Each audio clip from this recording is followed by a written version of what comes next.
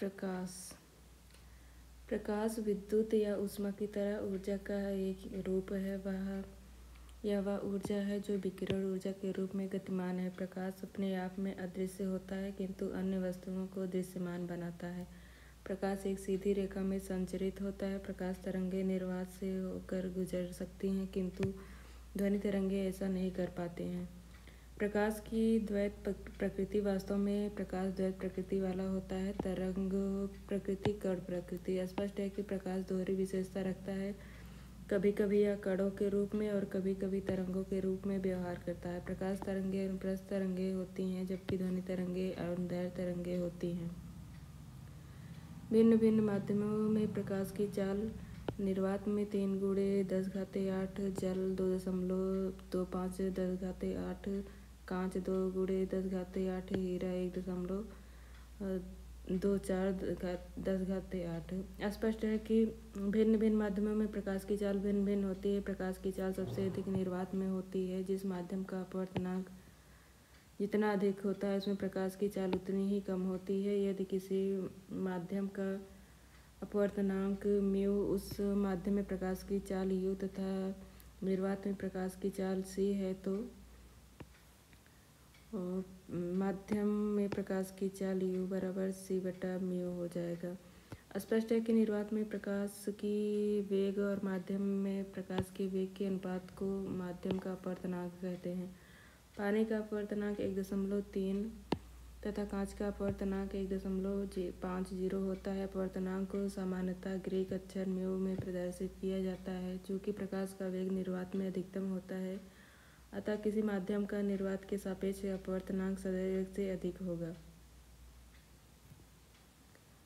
माध्यम जितना अधिक सघन होगा उसमें प्रकाश का वेग उतना ही कम होगा।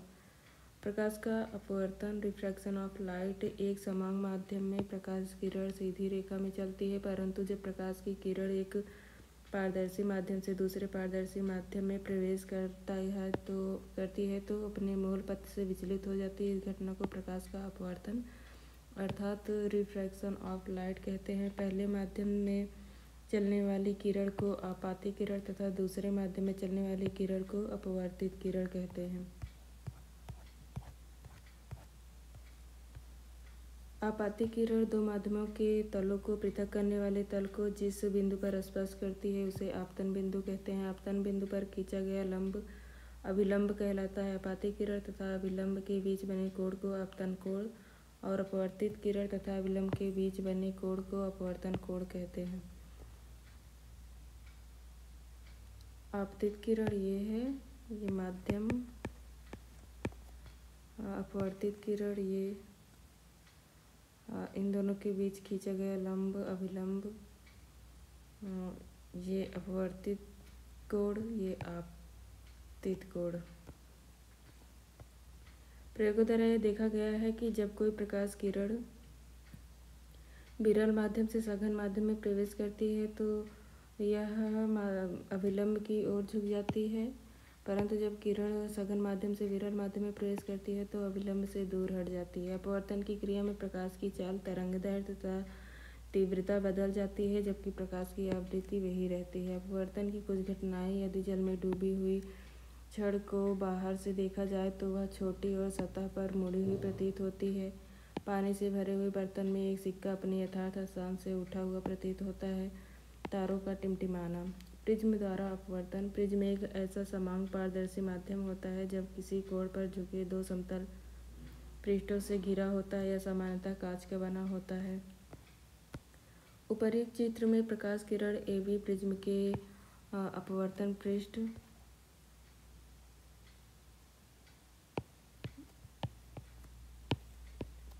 ABCD EFG OPQR।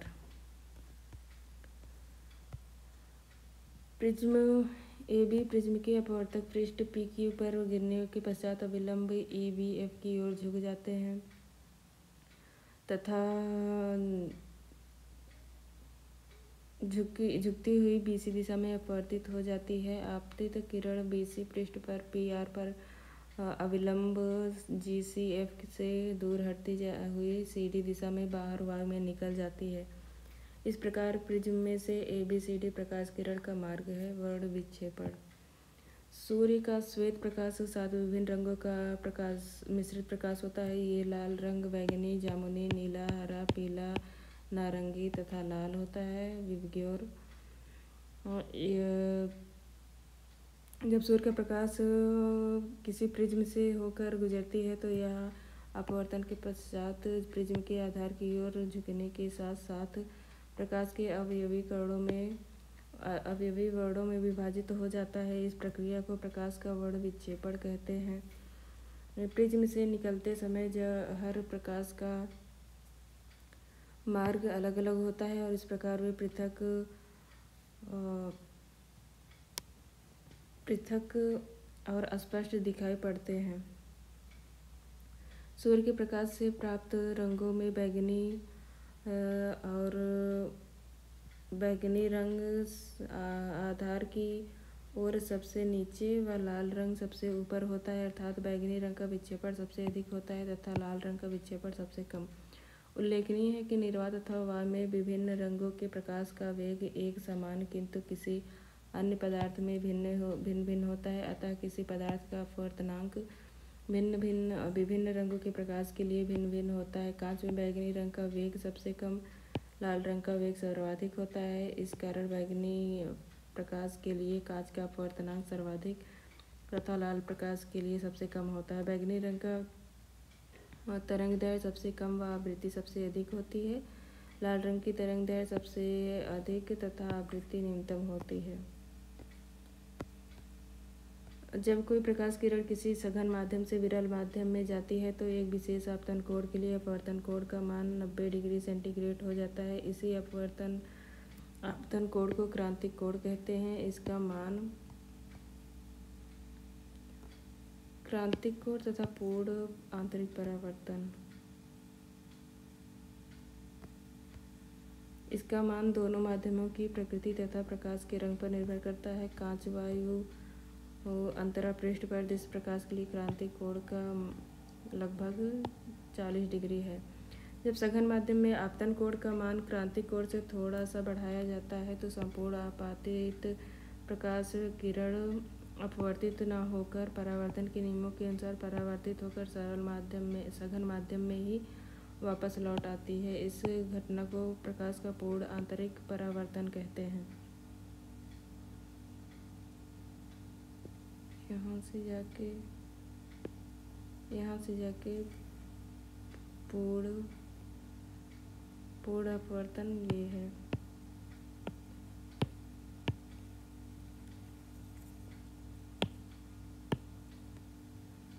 पूर्ण आंतरिक परावर्तन एक उपयोगी प्रयोग प्रकाशीय रेशो ऑप्टिकल फाइबर में होता है।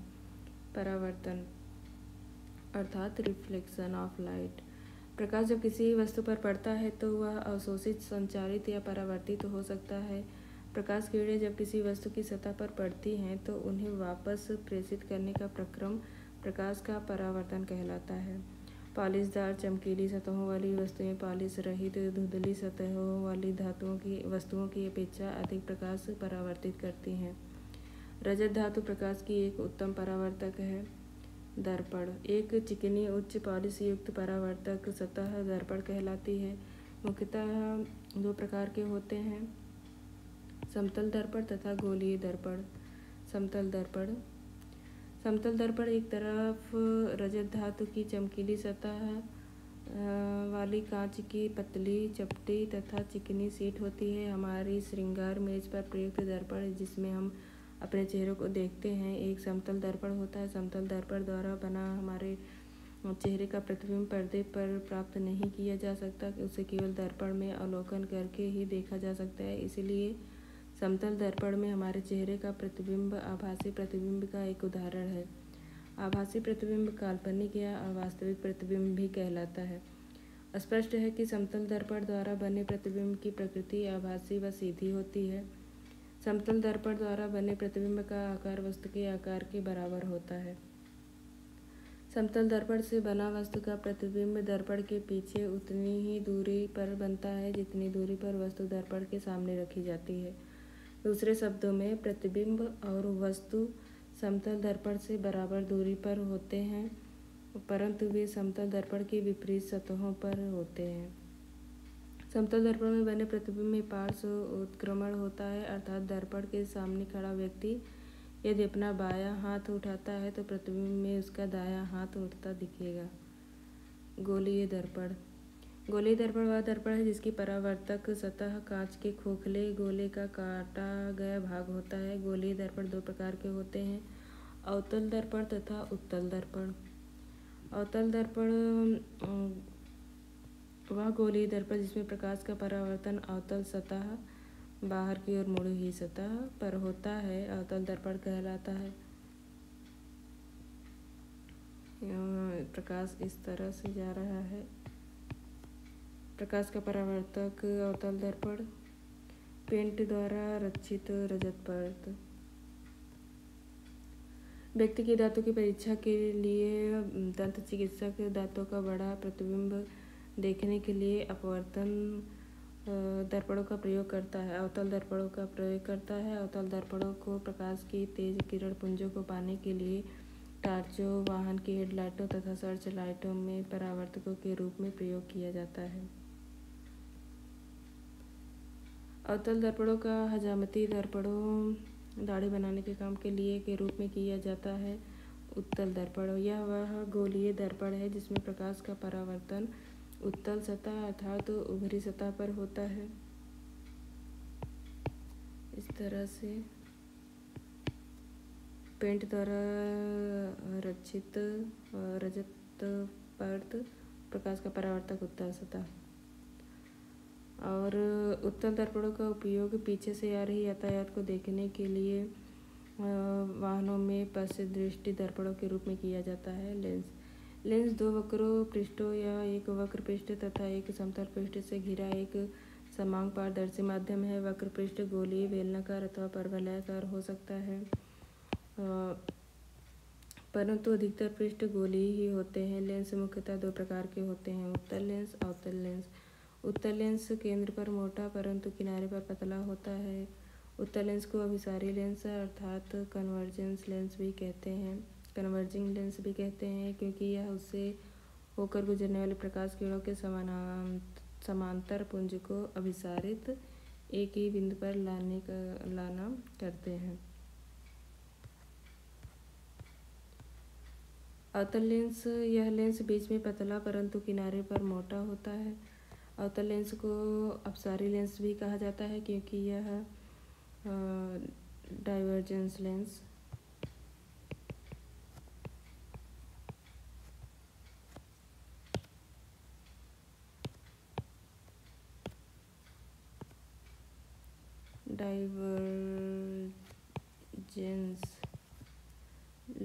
क्योंकि यह प्रकाश किरणों के समानांतर पुंज को अपसारित करते हैं।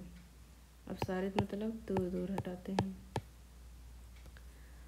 प्रकाश की किरणों से जब दूर की वस्तुएं स्पष्ट रूप से दिखाई नहीं देती, आँख की रोशनी से जब दूर की वस्तुएं स्पष्ट रूप से दिखाई नहीं देती निकट दृष्टि दोष की स्थिति में, तो उसके निवारण के लिए अवतल लेंस का उपयोग किया जाता है। जब कोई नज़दीकी वस्तु स्पष्ट दिखाई नहीं देती तो इस दोष के निवारण के लिए उत्तल लेंस का प्रयोग किया जाता है। प्रश्न कोश। निम्न में से किस विकिरण में ऊर्जा प्रति क्वांटम में सर्वाधिक होती है? 200 से 280 नैनोमीटर। सौर विकिरण का निम्न में से किस परास में दिखता है? 400 से 700 नैनोमीटर। पृथ्वी पर आने वाले सौर विकिरण का परास 100 नैनोमीटर से 10⁶ नैनोमीटर होता है। इस सौर विकिरण को परावैंगनी विकिरण, दृश्य प्रकाश अथवा इंफ्रारेड विकिरण अर्थात अवरक्त विकिरण में विभाजित किया जा सकता है। दृश्य प्रकाश का द्रव्यमान प्रसारित होता है 390 से 780। दृश्य प्रकाश विद्युत चुम्बकीय विकिरण का वह भाग है जो मानवीय आँख द्वारा देखा जा सकता है। एक सामान्य मानवीय आँख 390 नैनोमीटर से 750 नैनोमीटर तरंग दैर्घ्य के बीच विद्युत चुम्बकीय विकिरण को स्पष्ट रूप से देख सकती है।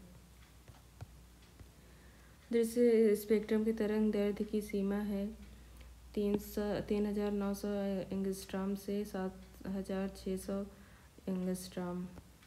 दृश्य प्रकाश के संबंध में कोई निश्चित सीमा रेखा निर्धारित करना कठिन है। यह व्यक्ति की उम्र, आंखों की क्षमता, प्रकाश स्रोत की दूरी एवं तीव्रता आदि बातों पर निर्भर करती है। अमेरिकी अंतरिक्ष एजेंसी नासा के अनुसार मनुष्य की आंख 380 से 700 नैनोमीटर अर्थात 3800 से 7000 एंगस्ट्रॉम तक के तरंगदैर्घ्य के दृश्य प्रकाश को देख सकती है। एनसीईआरटी की पुस्तक में इसकी सीमा 400 से 700 नैनोमीटर लिखी गई है। अतः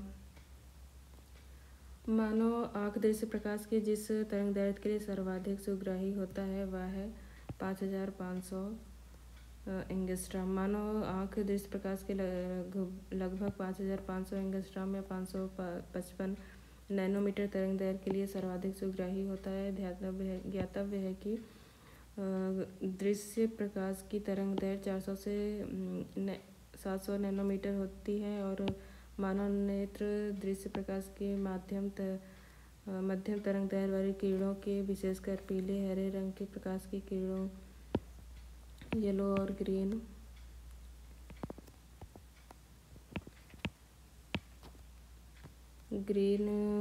किरणों के प्रति सर्वाधिक सुग्राही होता है। प्रकाश किरणों की प्रकृति होती है तरंग व कण दोनों के समान।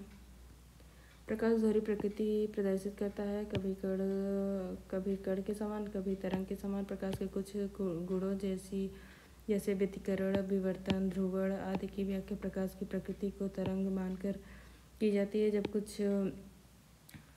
जबकि कुछ अन्य गुणों जैसे प्रकाश विद्युत प्रभाव, कॉम्पटन प्रभाव आदि की व्याख्या यह मानकर की जाती है कि प्रकाश ऊर्जा के छोटे छोटे पैकेटों से मिलकर बना है। प्रकाश सीधी रेखा में चलता प्रतीत होता है क्योंकि प्रकाश का तरंगदैर्घ्य बहुत छोटा होता है जो हमारी आंखें देख नहीं सकती, इसीलिए प्रकाश हमें सीधी रेखा में चलती हुई प्रतीत होती है। निम्नलिखित में से किसका वेग अधिकतम होता है? प्रकाश का। निम्नलिखित में से कौन सा कथन सत्य है? प्रकाश का वेग अधिक होता है, ध्वनि का वेग अधिक होता है, आकाशीय पिंडों का वेग अधिक होता है, रॉकेट का वेग अधिक होता है, प्रकाश का वेग सबसे अधिक होता है। प्रकाश का शून्यावकाश में वेग अनुमानित है 3 × 10⁸ मीटर प्रति सेकेंड। प्रकाश की गति 3 × 10⁸ मीटर प्रति सेकेंड। प्रकाश का वेग अधिकतम होता है निर्वात में। प्रकाश की गति किसके बीच से जाते हुए न्यूनतम होती है? तो इन दिए गए विकल्पों में कांच में सबसे कम होगी। हवा में प्रकाश की चाल निर्भर करती है दाब पर, घनत्व पर, ताप और स्वतंत्र। प्रकाश एक प्रकार की विद्युत चुंबकीय ऊर्जा है। किसी माध्यम में प्रकाश का वेग उस माध्यम के प्रकाशिक घनत्व, ऑप्टिकल डेंसिटी पर निर्भर करती है, जो कि माध्यम की भौतिक घनत्व से भिन्न होता है। किसी माध्यम का प्रकाशिक घनत्व जितना अधिक होगा उसमें प्रकाश का वेग उतना ही कम होगा। किसी माध्यम का अपवर्तनांक, रिफ्रैक्शन इंडेक्स उसके प्रकाशिक घनत्व का संकेतक होता है। वायु का प्रकाशिक घनत्व उसके ताप, दाब और आर्द्रता पर निर्भर करता है। वायु का प्रकाशिक घनत्व, अतः वायु में प्रकाश का वेग उसके प्रकाशिक घनत्व, तापमान एवं दाब पर निर्भर करता है।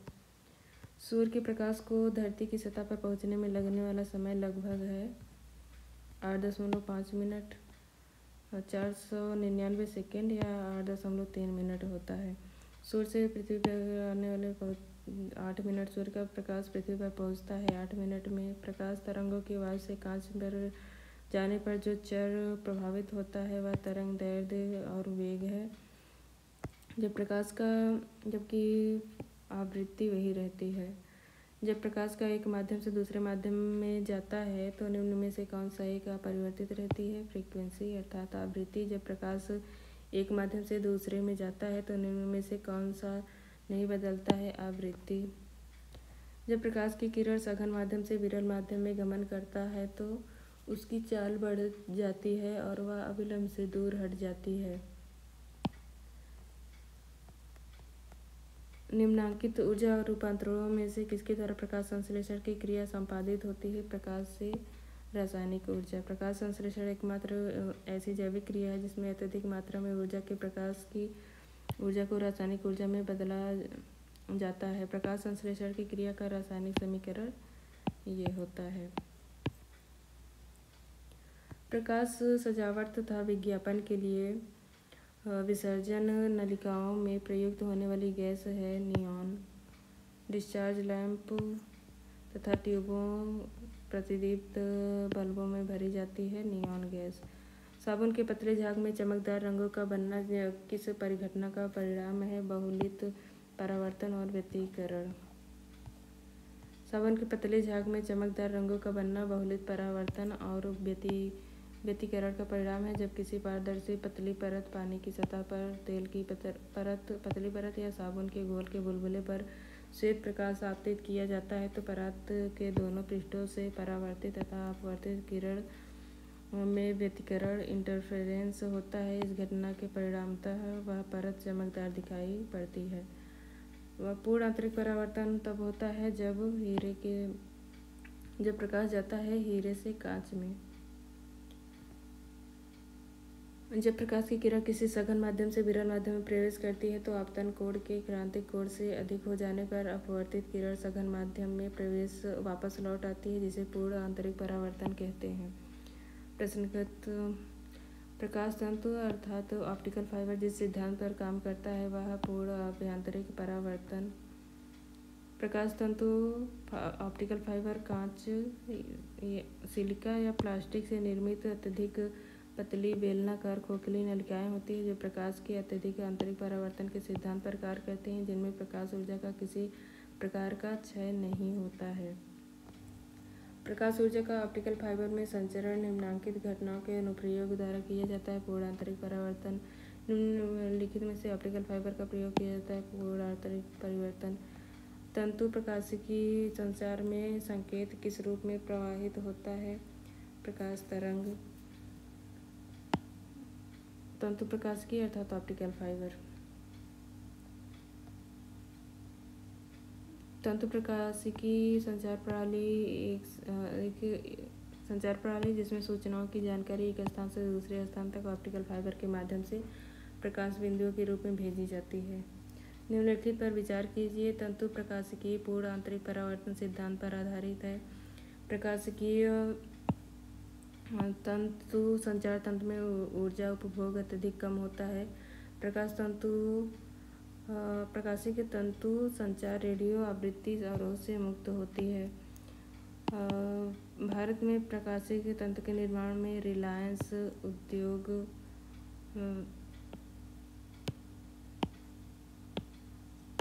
ये सही है। रिलायंस उद्योग समूह सन्नद्ध है। रिलायंस नहीं बल्कि स्टारलाइन 2002 में स्टारलाइन कंपनी द्वारा प्रकाशिक तंतु का निर्माण प्रारंभ किया गया। मरीजों के पेट के अंदर का परीक्षण करने हेतु डॉक्टरों द्वारा प्रयुक्त एंडोस्कोप निम्नलिखित में से किस सिद्धांत पर कार्य करता है? प्रकाश का सकल आंतरिक परावर्तन। एक एंडोस्कोप है। कैमरे का प्रकार। उपयुक्त में से कोई नहीं। एक एंडोस्कोप एक चिकित्सीय उपकरण है जिसे कैमरे का प्रकार कहना गलत होगा। इसमें एक लंबी, पतली और लचीली नली होती है जिसमें प्रकाश और एक वीडियो कैमरे की व्यवस्था होती है। इसका उपयोग चिकित्सक मानव शरीर के आंतरिक भागों का चित्र लेने के लिए करते हैं। इसे मानव के प्राकृतिक छिद्रों जैसे मुंह, नाक इत्यादि के रास्ते शरीर में प्रवेश कराया जाता है। मृगमरीचिका का कारण है प्रकाश का पूर्ण आंतरिक परावर्तन। मृगमरीचिका अर्थात मिरेज एक प्रकार का वायुमंडलीय दृष्टिभ्रम है जिसमें प्रेक्षक अस्तित्वहीन जलाशय एवं दूरस्थ वस्तु के उल्टे या बड़े आकार के प्रतिबिंब तथा अन्य अनेक प्रकार के विरूपण देखता है। वस्तु और प्रेक्षक के बीच की दूरी कम होने पर प्रेक्षक का भ्रम दूर हो जाता है और वह विरूपित प्रतिबिंब नहीं देख पाता। मरीचिका वायुमंडलीय अपवर्तन का एक अनोखा एवं आश्चर्यजनक प्रभाव है। वायुमंडलीय अपवर्तन जो आमतौर पर गर्म रेगिस्तान में दिखाई पड़ता है। रेगिस्तान में दिन के समय जब भूमि के निकट वायु की परतें गर्म हो जाती हैं तब वह विरल हो जाती हैं और ऊपर की ओर ठंडी परतों की अपेक्षा कम अपवर्तक होती हैं। अतः किसी सुदूर वस्तु से आने वाला प्रकाश ज्यों-ज्यों हवा की परतों से अपवर्तित होता है, त्यों वह विलंब से अधिकाधिक विचलित होता जाता है और अंत में पूर्णतः आंतरिक परावर्तन में परावर्तित हो जाता है। फलतः प्रेक्षक वस्तु का काल्पनिक और उल्टा प्रतिबिंब देखता है। मरीचिका का बनना उदाहरण है कुल आंतरिक परावर्तन। मृग तीसरा उदाहरण है पूर्ण आंतरिक परावर्तन। निम्नलिखित प्राकृतिक तथ्यों पर विचार कीजिए। स्थलीय तापन मरीचिका का बनना है। स्थलीय तापन तथा प्रकाश का अपवर्तन। एक काटा हुआ हीरा क्यों जगमगाता है? प्रकाश के पूर्ण आंतरिक परावर्तन के कारण। हीरे का अपवर्तनांक बहुत अधिक होता है, जिसकी कटाई तराशी इस प्रकार की जाती है कि कोई प्रकाश किरण यदि उसके अंदर जाए तो बाहर निकलने से पहले उसका पूर्ण आंतरिक परावर्तन हो। इस प्रकार कई बार किरणों का आंतरिक परावर्तन हीरे से होने से हीरे चमकते हैं। उचित रीति से कटे हीरे की असाधारण चमक का आधारभूत कारण यह है कि उसका अति उच्च अपवर्तन सूचकांक होता है। हीरे का अपवर्तनांक बहुत अधिक 2.4 होने के कारण इसका क्रांतिक कोण केवल 24 होता है। अतः जब विशेष रूप से काटे हुए हीरे के अंदर प्रकाश पड़ता है तो हीरे के पृष्ठ पर बार बार पूर्ण आंतरिक परावर्तन होता है। एक कटा हुआ हीरा जगमगाहट के साथ चमकता है इसके पूर्ण आंतरिक परावर्तन के कारण। एक कटा हुआ हीरा जगमगाहट के साथ चमकता है पूर्ण आंतरिक परावर्तन के कारण। नीचे हीरा अपने ही आकार के अनुकारी कांच से अधिक झिलमिल आता है। हीरे का अपवर्तनांक कांच के अपवर्तनांक से कम होता है। ये सही है परंतु आर गलत। किसी वस्तु के त्रिविमीय थ्री डायमेंशनल प्रतिरूप को अंकित तथा पुनरावृत्ति करने की तकनीक का नाम है होलोग्राफी। होलोग्राफी वह तकनीक में है जिसमें लेजर किरणों द्वारा की गई फोटोग्राफी से किसी वस्तु का त्रिआयामी चित्र बनाया जाता है। फोटोग्राफी से किसी वस्तु का त्रिआयामी चित्र बनाया जाता है। और होलोग्राफी ध्वनि, प्रकाश या किसी भी तरंग के साथ कार्य कर सकती है। होलोग्राफी का बहुधा उपयोग अभिलेखों को संचित करने तथा माइक्रोफिल्म में किया जाता है। इसका उपयोग करके वास्तविक त्रिआयामी चलचित्र भी तैयार किया जाता है। त्रिआयामी चित्र लेने के लिए निम्नलिखित से किसका प्रयोग किया जाता है? होलोग्राफी। एक इलेक्ट्रॉनिक पुंज को फास्फोरस कोटेड पर्दे पर फोकस कर प्रतिबिंबों को पर्दे पर जनित करना कहलाता है रोटर स्कैन। रोटर स्कैन का प्रयोग CRT कैथोड रे ट्यूब मॉनिटरों में होता है। इसमें इलेक्ट्रॉन गन के द्वारा इलेक्ट्रॉनिक पुंज को प्रक्षेपित किया जाता है। रमन प्रभाव का प्रकाश की उन किरणों से संबंध है जो आर पार जाती हैं सभी पारदर्शी माध्यमों के। रमन प्रभाव के अनुसार एकल तरंगदैर्घ्य प्रकाश किरणें जब किसी भी पारदर्शक माध्यम जैसे ठोस, द्रव, गैस में से गुजरती हैं तब इसकी प्रकीर्णित किरणों का अध्ययन किया जाए तो उसमें मूल प्रकाश की किरणों के अतिरिक्त स्थिर अंतर पर बहुत कम तीव्रता की किरणें भी उपस्थित होती हैं। इन किरणों को रमन किरणें कहते हैं।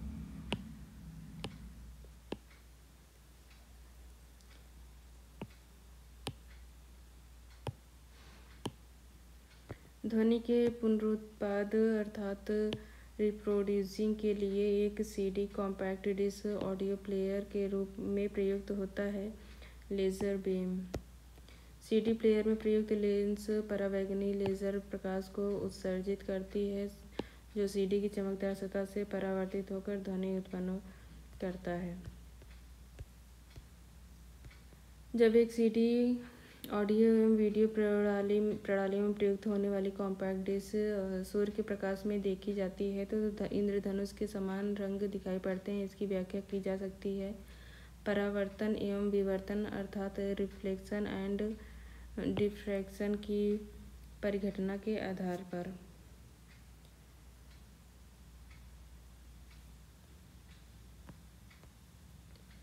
ऑडियो एवं वीडियो प्रणाली में प्रयुक्त होने वाले कॉम्पैक्ट डिस्क में सतह पर सुरक्षात्मक lacquer coating protective layer coating होती है जो कि थिन फिल्म की भांति कार्य करता है और अपवर्तन एवं विवर्तन की परिघटना के लिए जिम्मेदार होता है।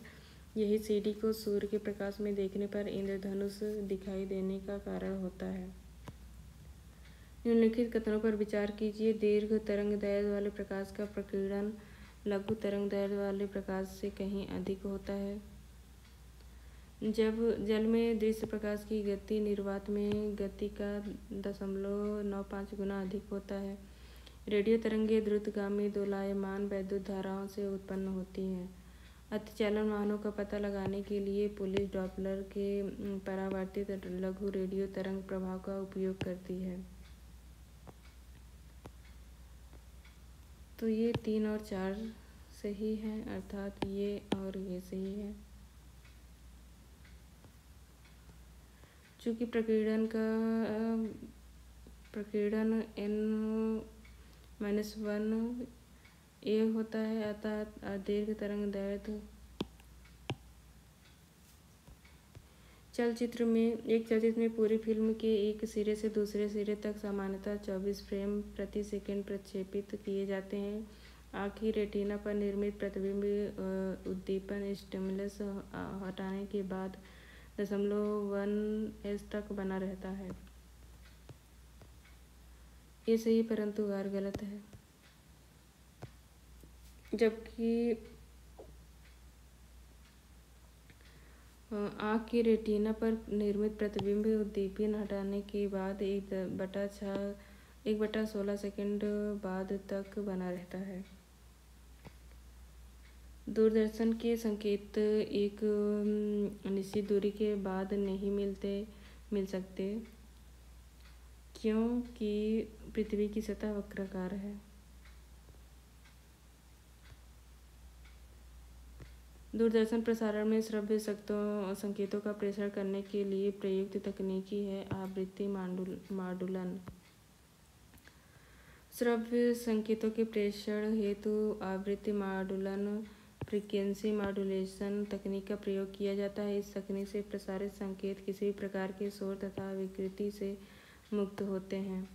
रेटिना पर जो चित्र बनता है वह वस्तु से छोटा और उल्टा होता है, छोटा तथा उल्टा होता है। रेटिना पर बना चित्र, रेटिना पर वस्तु का प्रतिबिंब उल्टा, छोटा व वास्तविक बनता है। प्रतिबिंब बनाने का संदेश दृश्य तंत्रिकाओं द्वारा मस्तिष्क तक पहुंचता है और वस्तु हमें दिखाई देने लगती है। यद्यपि रेटिना पर बना वस्तु का प्रतिबिंब उल्टा होता है, लेकिन अनुभव के आधार पर यह हमें सीधा दिखाई पड़ता है।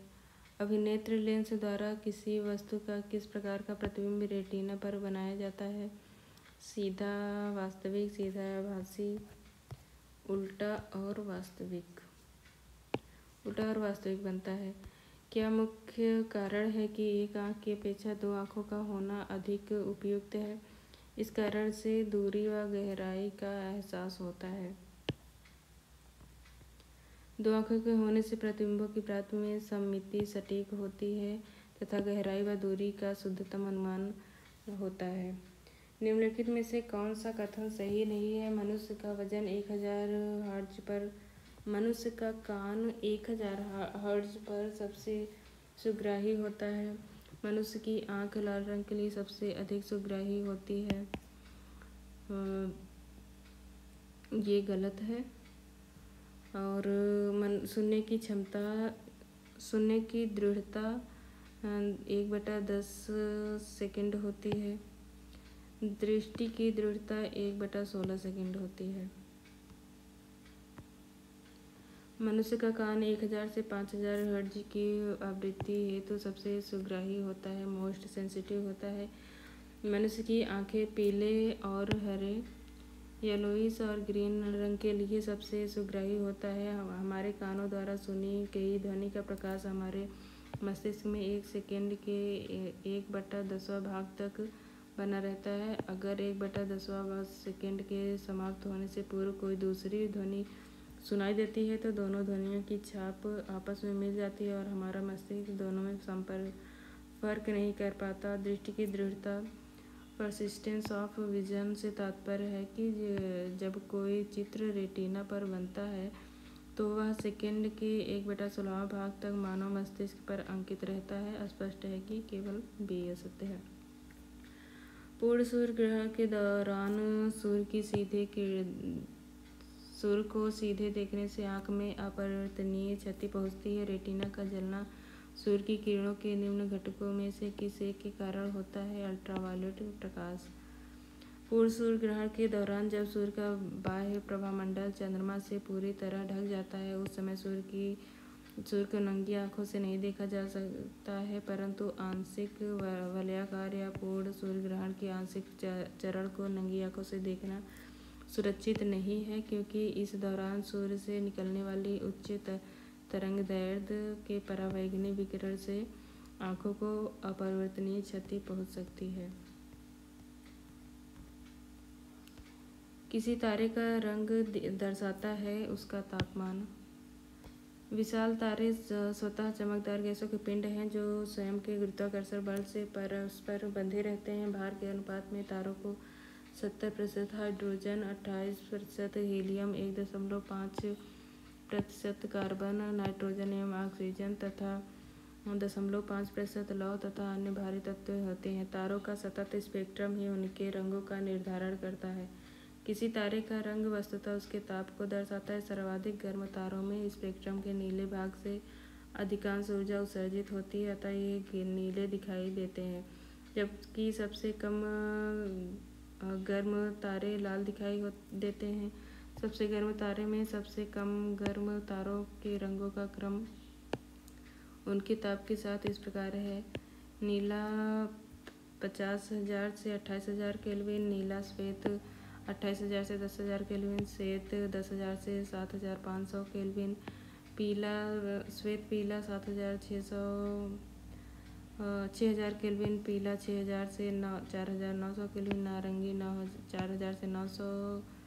4,900 से 3,500 केल्विन एवं लाल 3,500 से 2,000 केल्विन। तारों का जीवन काल इनके द्रव्यमान एवं चमक पर निर्भर करता है। जो तारा जितना अधिक चमकीला होगा उसका जीवन काल उतना ही कम होता है। वायुमंडल में प्रकाश के विसरण का कारण है धूलकण। सूर्य का प्रकाश विभिन्न रंगों का मिश्रण होता है। जब वह वायुमंडल से होकर गुजरता है तो मार्ग में आने वाली हवा के अणुओं तथा धूल एवं अन्य पदार्थों के सूक्ष्म कणों द्वारा इसका प्रकीर्णन अर्थात स्कैटरिंग हो जाती है। वातावरण में प्रकाश का विसरण निम्नलिखित में से किस वजह से होता है? धूलकण की वजह से। वायुमंडल में प्रकाश का कारण है धूलकण। निम्नलिखित कथनों पर विचार कीजिए। यदि मैजेंडा रक्ताभ, नील लोहित एवं पीले रंग के दो वृत्त एक दूसरे को काटते हैं तो प्रतिच्छेदित क्षेत्र का रंग लाल होगा। ये सही है। यदि सायन हरिताभ नीला और मैजेंडा रंग के दो वृत्त एक दूसरे को काटते हैं तो प्रतिच्छेदित रंग का रंग नीला होगा। जिस प्रकार लाल, हरा, नीला, रेड, ग्रीन एवं ब्लू को प्राथमिक रंग माना जाता है, उसी प्रकार हरिताभ, नीला, क्यान, रक्ताभ, नील लोहित, मैजेंडा तथा पीला को प्राथमिक वर्णक प्राइमरी पिगमेंट माना जाता है। प्राथमिक रंगों या वर्णों को आपस में मिलाने से श्वेत रंग या वर्णक प्राप्त होता है। जब रक्ताभ, नील लोहित तथा पीले रंग के दो वृत्त को मिलाते हैं तो प्रतिच्छेदित रंग का रंग लाल प्रतिच्छेदित क्षेत्र का रंग लाल होता है। अतः कथन एक सही है। उसी तरह हरिताभ नीला और रक्ताभ नील लोहित रंग को मिलाने पर प्रतिच्छेदित क्षेत्र का रंग नीला होता है। कथन दो भी सही है। प्रकाश का रंग निर्धारित होता है इसके तरंगदैर्घ्य से। प्रकाश के रंग का निर्धारण उसके तरंगदैर्घ्य से अर्थात वेवलेंथ से निर्धारित होता है। भिन्न भिन्न रंग के प्रकाश का तरंग दैर्ध्य भिन्न भिन्न होता है। लाल रंग के प्रकाश का तरंग दैर्ध्य सबसे अधिक और बैंगनी का सबसे कम होता है। निम्न में से किस रंग का सबसे लंबा तरंग दैर्ध्य है? लाल रंग का तरंग दैर्ध्य सबसे अधिक, जिसका मान 7.5 गुणे 10⁻⁻5 सेंटीमीटर है। बैंगनी रंग का तरंग दैर्ध्य सबसे कम अर्थात 4 गुणे 10⁻⁻5 सेंटीमीटर। सबसे कम वेवलेंथ बैंगनी का है। दृश्य वर्णक्रम में सबसे कम तरंग दैर्ध्य वाला रंग है बैंगनी। निम्नलिखित में से किसमें उच्चतम ऊर्जा होती है? नीले प्रकाश में। इस तरह की ऊर्जा उसके किसी तरंग की ऊर्जा उसके तरंग दैर्ध्य के व्युत्क्रमानुपाती होता है। दृश्य प्रकाश किरणों में बैंगनी, तदुपरांत जामुनी, नीले रंग का तरंग दैर्ध्य न्यूनतम और लाल रंग का तरंग दैर्ध्य अधिकतम होता है। इसलिए प्रश्नगत चारों रंगों के प्रकाश में नीले रंग की ऊर्जा उच्चतम, लाल रंग की निम्नतम होगी। सफेद प्रकाश में उपस्थित निम्नलिखित रंगों में से कौन सा रंग शीशा के प्रिज्म द्वारा सबसे कम विचलित होता है? लाल रंग। निर्वात अथवा वायु में विभिन्न रंगों के प्रकाश का वेग एक समान किंतु किसी अन्य पदार्थ में भिन्न भिन्न होता है तथा किसी पदार्थ का अपवर्तनांक भी विभिन्न रंगों के प्रकाश के लिए भिन्न भिन्न होता है। कांच या शीशा में बैंगनी रंग के प्रकाश का वेग सबसे कम तथा लाल रंग के प्रकाश का वेग सर्वाधिक होता है। इस कारण प्रकाश के प्रिज्म से गुजरने पर सफेद प्रकाश में उपस्थित विभिन्न रंगों में से लाल रंग सबसे कम जबकि बैंगनी रंग सबसे अधिक विचलित होता है। प्रकाश के दृश्य वर्णक्रम में लाल प्रकाश हरे प्रकाश की अपेक्षा अधिक ऊर्जस्वी होता है। लाल रंग का तरंग दैर्ध्य हरे प्रकाश के तरंग दैर्ध्य से अधिक है। ये गलत है और गलत है। निम्नलिखित में से लाल रंग का अधिक अच्छा है, ये गलत है और सही है। लाल रंग का तरंग दैर्ध्य 700 नैनोमीटर, हरे रंग का 530 अधिक होता है। प्रकाश के अलग अलग रंगों की ऊर्जा उसके तरंग दैर्ध्य के व्युत्क्रमानुपाती होता है। हमें वास्तविक सूर्योदय से कुछ मिनट पूर्व ही सूर्य दिखाई देने लगता है। इसका कारण है प्रकाश का अपवर्तन। प्रकाश के अपवर्तन के कारण सूर्योदय के कुछ समय पहले तथा सूर्यास्त के कुछ समय बाद तक सूर्य क्षितिज के नीचे होने पर भी दिखाई पड़ता है। क्षितिज के समीप सूर्य तथा चंद्रमा के दीर्घवृत्ताकार दिखाई देने का कारण है अपवर्तन। क्षितिज के समीप सूर्य चंद्रमा के दीर्घवृत्ताकार दिखने का कारण अपवर्तन है। सूर्य के प्रकाश के अदृश्य भाग से प्रकाश संश्लेषण किया जाता है कुछ बैक्टीरिया द्वारा। गहरे समुद्र की सतह में 400 से 8000 फीट तक की गहराई में पाए जाने वाले जीवाणु जैसे ग्रीन सल्फर बैक्टीरिया अवरक्त किरण अर्थात इंफ्रारेड रेडिएशन के प्रयोग द्वारा प्रकाश संश्लेषण कर ऊर्जा उत्पन्न करते हैं। ट्रैफिक सिग्नल में लाल प्रकाश प्रयुक्त होता है क्योंकि इसकी तरंग दैर्ध्य की सर्वाधिक होता है, इसकी वेवलेंथ सर्वाधिक होती है, इसीलिए लाल रंग का तरंग दैर्ध्य सबसे सर्वाधिक होता है जबकि बैंगनी का सबसे कम, क्योंकि प्रकीर्णन तरंग दैर्ध्य के व्युत्क्रमानुपाती होता है। अतः लाल रंग सबसे कम प्रकीर्णित होता है और यह दूर से सर्वाधिक स्पष्ट दिखाई देता है। इसी कारण ट्रैफिक सिग्नल में लाल रंग का प्रयोग किया जाता है। खतरे का सिग्नल लाल रंग का बनाया जाता है। लाल रंग का प्रकीर्णन सबसे कम होता है। सही है और सही व्याख्या भी कर रहा है। खतरे का सिग्नल लाल रंग का बनाए जाने का सर्वप्रमुख कारण है कि लाल रंग सबसे कम प्रकीर्णित होता है तथा यह दूर से सर्वाधिक स्पष्ट दिखाई देता है। वायु कणों में कम विकिरित होने वाला लाल रंग व्यक्ति तक अधिक मात्रा में पहुंचता है और दिखाई पड़ता है तथा उद्देश्य की पूर्ति करता है। नीले रंग का प्रकीर्णन सबसे ज़्यादा होता है और सूर्योदय एवं सूर्यास्त के समय तक किरणें सर्वाधिक दूरी तय करती हैं, तब प्रकाश का सबसे अधिक लाल रंग हमारे पास तक पहुंचता है। शेष रंगों का प्रकीर्णन हो जाता है और इसी कारण हमें सूर्य लाल दिखाई पड़ता है। आकाश का रंग नीला होने के कारण भी इसी में निहित है। सूर्य से दूर हम सूर्य का प्रकाश नहीं सूर्य से दूर हम सूर्य का प्रकाश नहीं बल्कि प्रकीर्णित रंगों को देखते हैं, जो कि बैंगनी एवं तत्पश्चात जामुनी और नीले रंग लघु तरंगदैर्घ्य के कारण का प्रकीर्णन सर्वाधिक होता है, इसलिए प्रकाश हमें नीला दिखाई देता है। आकाश नीला दिखाई पड़ता है, नीले रंग का प्रकीर्णन सबसे अधिक होता है। आकाश नीला लगता है क्योंकि सूर्य के प्रकाश में नीला रंग और रंगों से अधिक है। लघु तरंग दीर्घ तरंगों की अपेक्षा वायुमंडल द्वारा अधिक प्रकीर्णन करती है। ये सही है। नीला रंग नेत्र को अधिक सुग्राही। खतरे के संकेतों के लिए लाल रंग का प्रयोग किया जाता है क्योंकि इसका प्रकीर्णन सबसे कम होता है। यह आंखों के लिए आरामदायक है। आकाश का नीला रंग दिखाई देता है, प्रकाश का प्रकीर्णन। आकाश नीला रंग दिखाई देता है प्रकाश का विवर्तन के कारण, परावर्तन, अपवर्तन, प्रकीर्णन के कारण। निम्नलिखित कथनों पर विचार कीजिए। 1 और 3 सही है। आकाश के नीला दिखाई देता है प्रकाश का प्रकीर्णन के कारण। इंद्रधनुष के 7 रंगों का कारण है प्रकाश का प्रकीर्णन।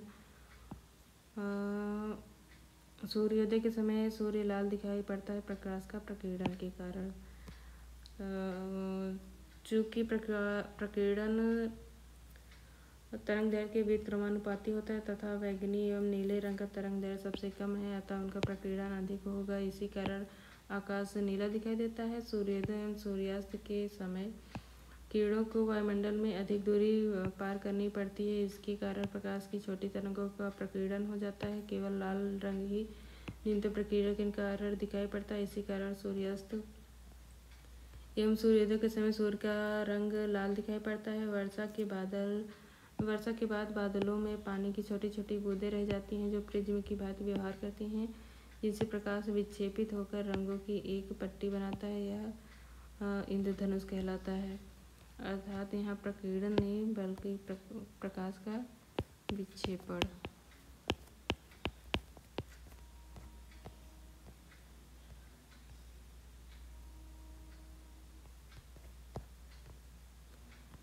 सूर्योदय तथा सूर्यास्त के समय सूर्य के लाल रंग का प्रतीत होना प्रकाश का प्रकीर्णन के कारण होता है। अस्त होते सूर्य प्रकाश का प्रकीर्णन। अंतरिक्ष यात्री को आकाश का रंग दिखाई पड़ता है काला। सूर्य का श्वेत प्रकाश 7 रंगों का मिश्रण होता है। इस प्रकार ये 7 रंग हैं। बैंगनी प्रकाश का तरंगदैर्घ्य सबसे कम होता है, लाल का सबसे अधिक। जब सूर्य का प्रकाश पृथ्वी के वायुमंडल में प्रवेश करता है तो वह पृथ्वी के वायुमंडल में स्थित गैस के अणुओं, धूलकणों, परागकणों आदि से टकराता है। जब प्रकाश किरण किसी कण से टकराता है तो या तो वह उस कण के आर पार निकल जाता है अथवा उसके द्वारा परावर्तित या छितरा दिया जाता है। सूर्य के प्रकाश का लाल अंश तो बिना अधिक प्रकीर्णित हुए पृथ्वी तक पहुंच जाता है, पर बैंगनी, जामुनी तथा नीला प्रकाश हवा में मौजूद अणुओं आदि से प्रकीर्णित कर दिया जाता है। हवा के कणों द्वारा प्रकीर्णन के परिणाम स्वरूप आकाश में नीला दिखाई पड़ता है, अतः अंतरिक्ष में जाकर प्रकाश को देखकर वह काला दिखाई देगा। जब अधिक ऊंचाई पर वायुयान से आकाश को देखा जाता है तो वह दिखता है काला। समुद्र नीला प्रतीत होता है आकाश का परावर्तन तथा जल के कणों द्वारा प्रकाश के प्रकीर्णन के कारण। किसी रंग विकिरण का प्रकीर्णन तरंगदैर्घ्य की चतुर्थ घात के बीच क्रमानुपाती होता है। बैंगनी एवं नीले रंग की तरंगदैर्घ्य सबसे कम, यही कारण है कि इनका प्रकीर्णन अधिक होता है। इस घटना के परिणाम स्वरूप समुद्र का रंग नीला दिखाई पड़ता है। हमें हरी घास का रंग हरा दिखाई पड़ता है क्योंकि यह हरे रंग के प्रकाश को हमारी आंखों पर परावर्तित करती है। हरी घास की पत्तियों पर पड़ने वाले प्रकाश से पत्तियों में उपस्थित प्रकाश संश्लेषी वर्णक मुख्यतः लाल, बैंगनी, नीला और नारंगी को अवशोषित रेड, विबग्योर, ब्लू एवं ऑरेंज प्रकाश को अवशोषित कर लेता है तथा हरे रंग के प्रकाश को परावर्तित कर देता है। ग्रीन को परावर्तित कर देता है, इसको अवशोषित कर लेता है तथा ग्रीन को परावर्तित कर देता है। इसी कारण से पत्तियां हरे रंग की दिखाई पड़ती हैं। प्रसारी विश्व की संकल्पना आधारित है डॉपलर प्रभाव पर। प्रसारी विश्व की संकल्पना डॉपलर प्रभाव पर आधारित है। डॉपलर प्रभाव के कारण आकाशगंगाओं के केंद्र से आने वाले प्रकाश में उत्पन्न लाल विचलन अर्थात रेड शिफ्ट पर यह दर्शाता है कि वे हमसे दूर जा रही हैं, अर्थात हर दिशा में ब्रह्मांड का विस्तार हो रहा है। मान लीजिए पृथ्वी से पश्चिमगामी हो रहे एक रॉकेट यान की चाल प्रकाश के वेग की 2/10 है। रॉकेट यान में स्थित यात्रियों को जो प्रकाश नीला दिखाई दे रहा है वह पृथ्वी पर स्थित प्रेक्षकों को किस रंग का दिखाई देगा? यह पीला दिखाई देगा। किसी उत्तल दर्पण द्वारा अनंत तथा दर्पण के ध्रुव P के बीच रखे बिंब के प्रतिबिंब की प्रकृति क्या होगी? आभासी तथा सीधा। उत्तल दर्पण में प्रत्येक दशा में प्रतिबिंब दर्पण के पीछे उसके ध्रुव व फोकस के बीच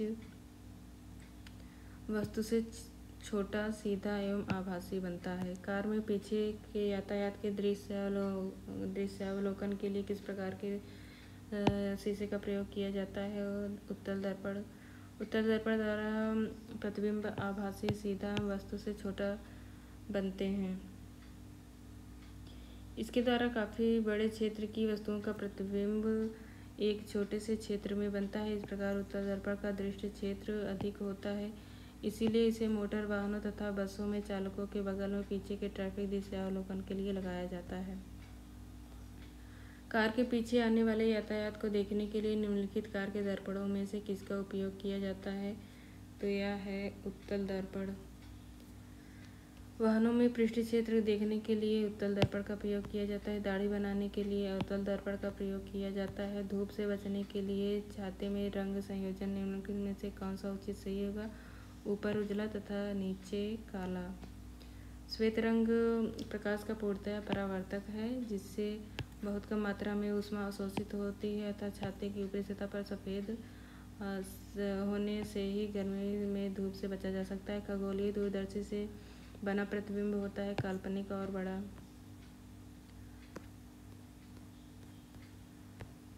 जब दो समतल दर्पण के बीच कोई वस्तु रख दी जाती है तो बनने वाले प्रतिबिंब की संख्या होगी अनंत। दो समानांतर समतल दर्पण के बीच यदि कोई वस्तु रखी जाती है तो बनने वाले प्रतिबिंब की संख्या अनंत होगी, क्योंकि प्रत्येक प्रतिबिंब परावर्तित होकर नया प्रतिबिंब बनाता है और इस तरह यह क्रम चलता रहता है। जब दो समतल दर्पण थीटा कोण पर झुके हों एवं उनके द्वारा उनके मध्य में रखी गई वस्तु कुल प्रतिबिंबों की संख्या 360 डिग्री बटा थीटा -1 होगी। प्रकाश के एक बिंदु स्रोत को दो समानांतर समतल दर्पण के मध्य रखने पर कितने प्रतिबिंब बनेंगे? अनंत। जब किसी दर्पण को थीटा कोण से घूर्णित किया जाए तो परावर्तित किरण का घूर्णन होगा 2 थीटा। जब दर्पण पर आपतित प्रकाश किरण की दिशा में परिवर्तित नहीं होती है तब परावर्तित किरण का घूर्णन कोण दर्पण के घूर्णित कोण से दुगना होगा। यातायात संकेतों पर जड़ी हुई कांच की छोटी छोटी मणिकाएं उन पर प्रकाश पड़ने पर तेजी से चमकने लगती हैं। प्रकाश पूर्णतः परावर्तित होता है जब आपतन का कोण एक निश्चित क्रांतिक मान क्रिटिकल वैल्यू से अधिक हो जाता है एवं अपेक्षाकृत सघन माध्यम से गुजरता हुआ प्रकाश एक अपेक्षाकृत विरल माध्यम को परावर्तित होता है।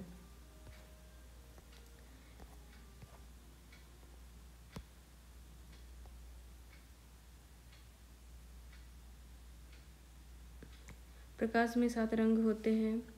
रंगों को अलग करने का तरीका है। एक प्रिज्म से रंगों को अलग अलग कर दिया जा सकता है। इंद्रधनुष के रंगों का सही क्रम है नीला, हरा, पीला। इंद्रधनुष में विबग्योर,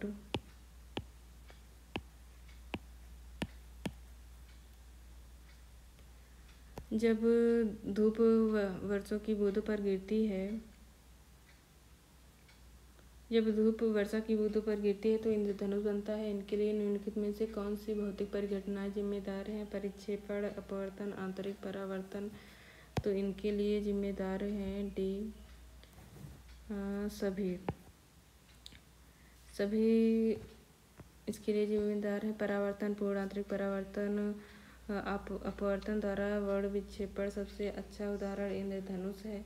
जब वर्षा की बूंदों पर आपतित होने वाली सूर्य की किरणों का 2 बार अपवर्तन और 1 बार परावर्तन होता है तो प्राथमिक इंद्रधनुष का निर्माण होता है। प्राथमिक इंद्रधनुष में लाल रंग बाहर की ओर और बैगनी रंग अंदर की ओर होता है।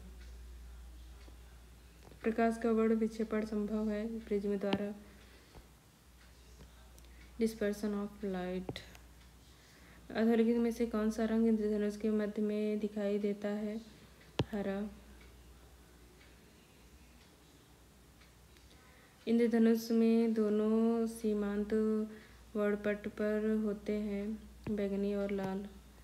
दोपहर के 12 बजे किस दिशा में इंद्रधनुष बनाएगा यह नहीं देख सकते हैं।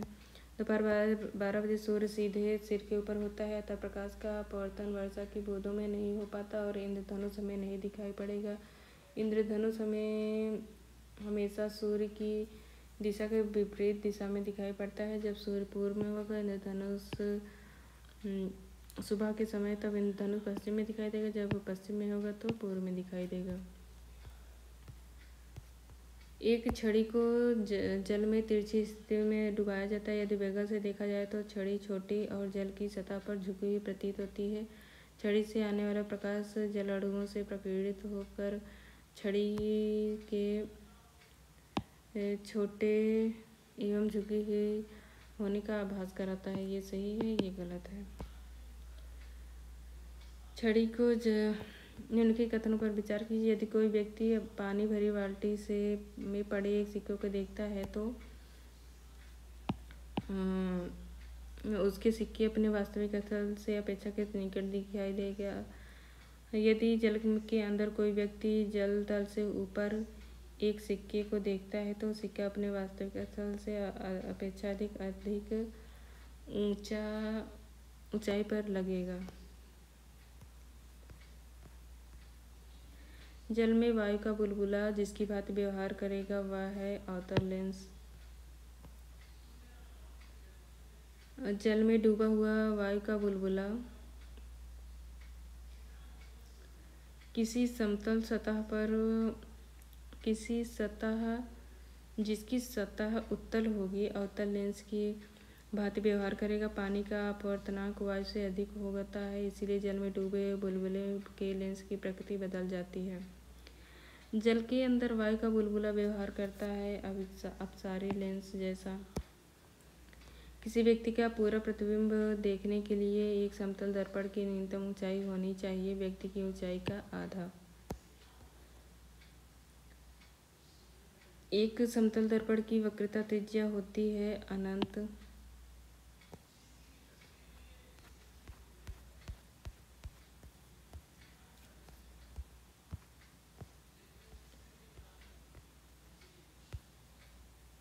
एक 1.50 मीटर लंबे व्यक्ति को अपना खड़ा संपूर्ण प्रतिबिंब देखने के लिए आवश्यक दर्पण की न्यूनतम ऊंचाई होगी 0.75 मीटर अर्थात आधा। दूरदृष्टि निवारण के लिए उत्तल लेंस की आवश्यकता होती है। दूरदृष्टि वाले व्यक्ति के संबंध में कथनों पर कौन सा सही नहीं है? व्यक्ति दूर के पिंडों को स्पष्ट रूप से देख सकता है, ये सही है। लेंस का नाभ्यंतर अधिक होता है। निकट से पिंडों का प्रतिबिंब रेटिना के पीछे फोकस होता है। इस दोष को डी गलत है और सही। लेंस का नाभ्यंतर अधिक होता है, प्रतिबिंब रेटिना के पीछे बनता है। और इस दोष को ठीक करने के लिए अवतल लेंस नहीं बल्कि उत्तल लेंस।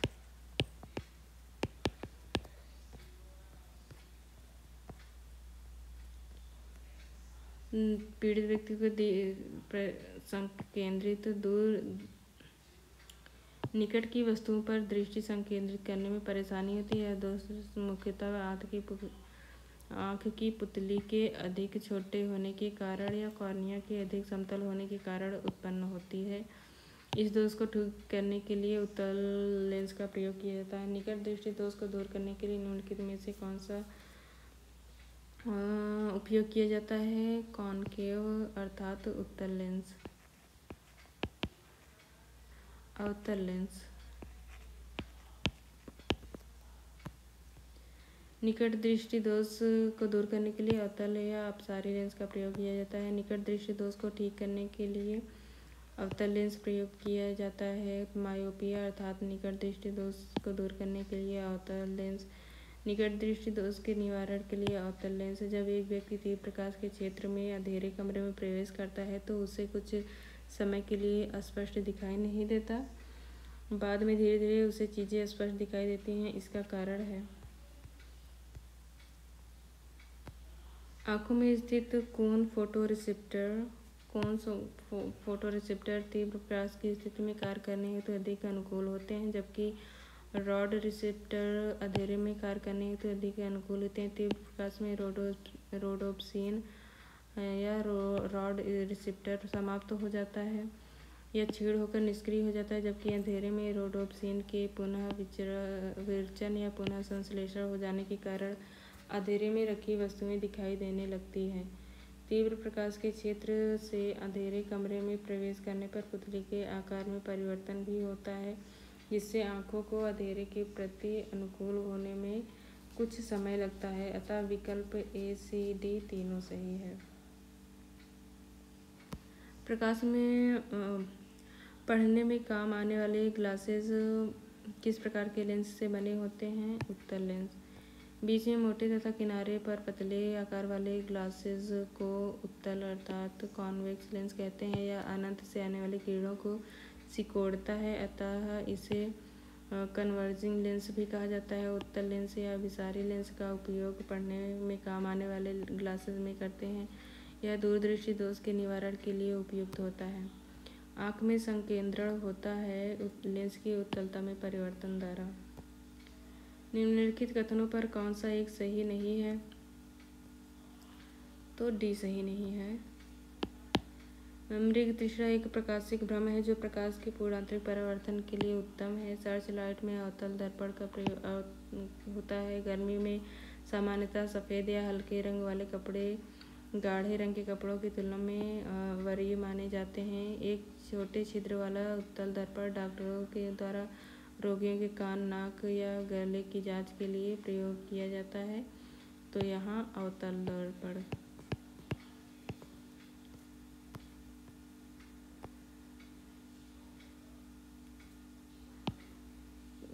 खोज बत्ती में दर्पण प्रयोग होता है। नतोदर अर्थात अवतल दर्पण। स्पष्ट दृष्टि की न्यूनतम दूरी होती है 25 सेंटीमीटर। नेत्र के सामने की वह निकटतम दूरी जहाँ पर रखी वस्तु नेत्र को स्पष्ट दिखाई देती है नेत्र की स्पष्ट दृष्टि की न्यूनतम दूरी कहलाती है। समान आँख के लिए यह 25 सेंटीमीटर होती है। इसे आँख का निकट बिंदु कहते हैं। निकट बिंदु की तरह दूर बिंदु भी होता है। सामान्य आँख के लिए यह अनंत होता है। इस प्रकार सामान्य मनुष्य की नेत्र की दृष्टि का विस्तार 25 सेंटीमीटर और अनंत है। सामान्य आँखों के लिए स्पष्ट दृष्टि की न्यूनतम दूरी 25 सेंटीमीटर। मानव की सामान्य स्वस्थ आँख के लिए स्पष्ट दृष्टि की न्यूनतम दूरी 25 सेंटीमीटर। आँख के लेंस का फोकल दूरी किसके कार्य से परिवर्तित होता है? सी, सिलियर मांसपेशी। सिलियरी मांसपेशियों के शिथिलन संकुचन से आँख के लेंस की मोटाई में परिवर्तन होता है, जिसके फलस्वरूप आँख के लेंस की फोकल दूरी परिवर्तित हो जाती है। लेंस की शक्ति मापी जाती है डायोप्टर में। लेंस की क्षमता पी फोकल दूरी प्रति रेसिप्रोकल के बराबर है। लेंस की क्षमता डायोप्टर होता है, इसका संकेत डी है। उत्तल लेंस की क्षमता धनात्मक और अवतल लेंस ऋणात्मक होती है। लेंस की क्षमता मापी जाती है डायोप्टर में। यदि किसी लेंस ऐनक के लेंस की पावर +2 डायोप्टर है तो इसके फोकस की दूरी होगी 50 सेंटीमीटर।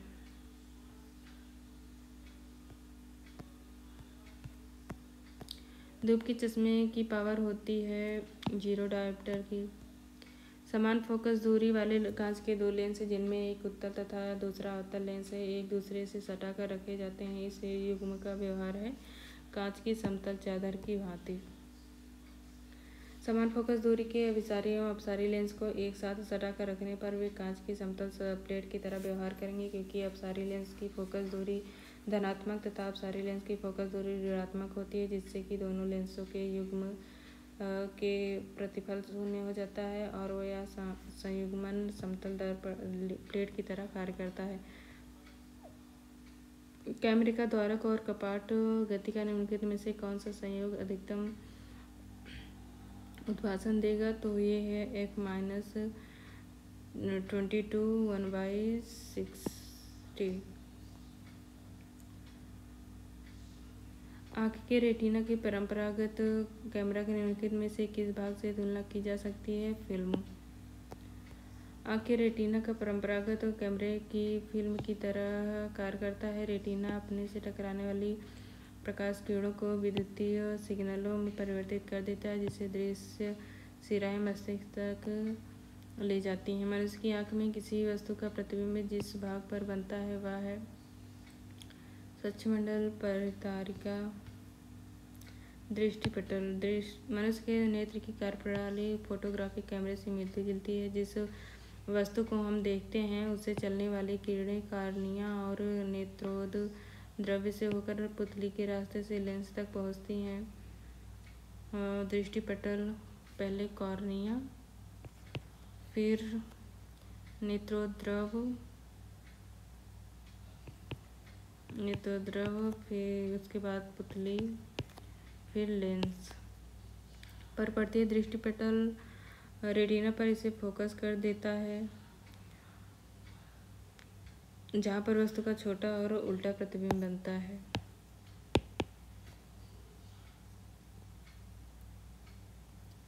मनुष्य की आँख में किसी वस्तु का प्रतिबिंब बनता है दृष्टिपटल अर्थात रेटिना पर।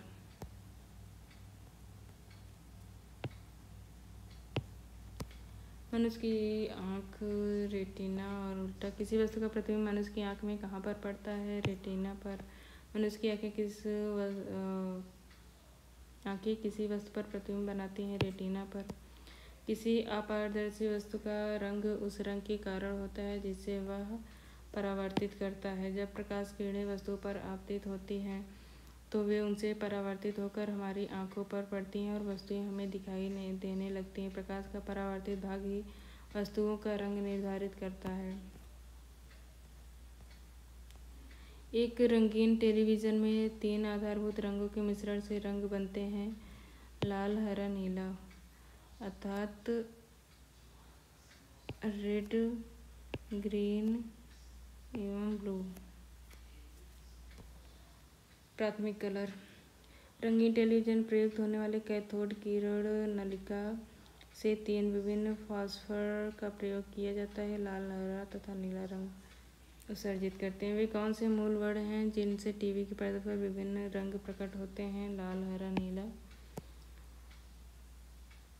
जब लाल, नीले एवं हरे रंग का प्रकाश का पुंज एक स्थान पर पड़ता है तब प्रकाश का रंग हो जाता है सफ़ेद। प्रकाश में 3 मूल या प्राथमिक रंग होते हैं, लाल, हरा, नीला। इनसे मिलने पर देयक रंग पीला और मैजेंटा का निर्माण हो जाता है। जब एक प्राथमिक और एक द्वितीयक रंग के जोड़ों को एक दूसरे का पूरक कहते हैं। सभी प्राथमिक रंगों अथवा सभी द्वितीयक रंगों को मिलाने पर सफ़ेद रंग के प्रकाश की उत्पत्ति होती है। निम्न में से कौन सा प्राथमिक रंग है? तो ये है काला। नहीं है काला।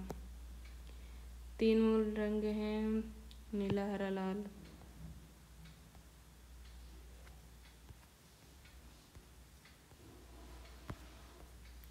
सूर्य के प्रकाश में रंगों की संख्या होती है 7। 7 रंगों में विभक्त होते हैं, इसे प्रकाश का विक्षेपण कहते हैं। निम्न रंगों में विषम को पहचानिए। हरा, लाल ये सभी प्राथमिक कलर हैं। ये सभी प्रकाश में पाए जाने वाले कलर हैं, भूरा नहीं है। सूर्य के प्रकाश में उपस्थित 7 रंगों विबग्योर में भूरा रंग नहीं पाया जाता, अतः भूरा रंग असंगत है। उल्लेखनीय है कि जब श्वेत प्रकाश को किसी प्रिज्म से होकर पार कराया जाता है तो यह 7 रंगों violet, indigo, blue, green, yellow, orange, red में टूट जाते हैं। इस प्रकाश को प्रकाश का विक्षेपण अथवा वर्ण विक्षेपण कहते हैं। इंद्रधनुष का निर्माण इसी घटना के परिणाम स्वरूप होता है। निम्नलिखित परिघटनाओं पर विचार कीजिए। गोधूलि से सूर्य का अमाप सही है। कौन सी दृष्टि भ्रम है? गोधूलि से सूर्य का अमाप उष्मा काल में सूर्य का रंग, उषा काल में सूर्य का रंग और उषा काल में चंद्रमा का दिखना, आकाश में तारों का टिमटिमाना, आकाश में ध्रुव तारे का दिखना। संध्या के समय सूर्य का आकार बड़ा दिखना एक दृष्टिभ्रम है। उषा काल में सूर्य का लाल दिखना एवं आकाश में तारों का टिमटिमाना भी एक दृष्टिभ्रम है। आसमान में जगमगाते तारों को देखकर हमें ऐसा लगता है कि वे अनवरत नहीं चमक रहे बल्कि पल पल चमकना बंद करते रहते हैं, लेकिन ऐसी बात नहीं है। तारे निरंतर एक समान चमकते रहते हैं। वायुमंडल में विभिन्न घनत्व वाली परतें होती हैं तथा तारों से चलने वाले प्रकाश का अपवर्तन इस विभिन्न घनत्व वाली परतों से होता है और प्रकाश की मात्रा घट बढ़ जाती है। साथ ही वायुमंडल की परतें भी हिलती रहती हैं अतः तारे टिमटिमाते नजर आते हैं। ऊष्मा एवं ऊष्मागतिकी।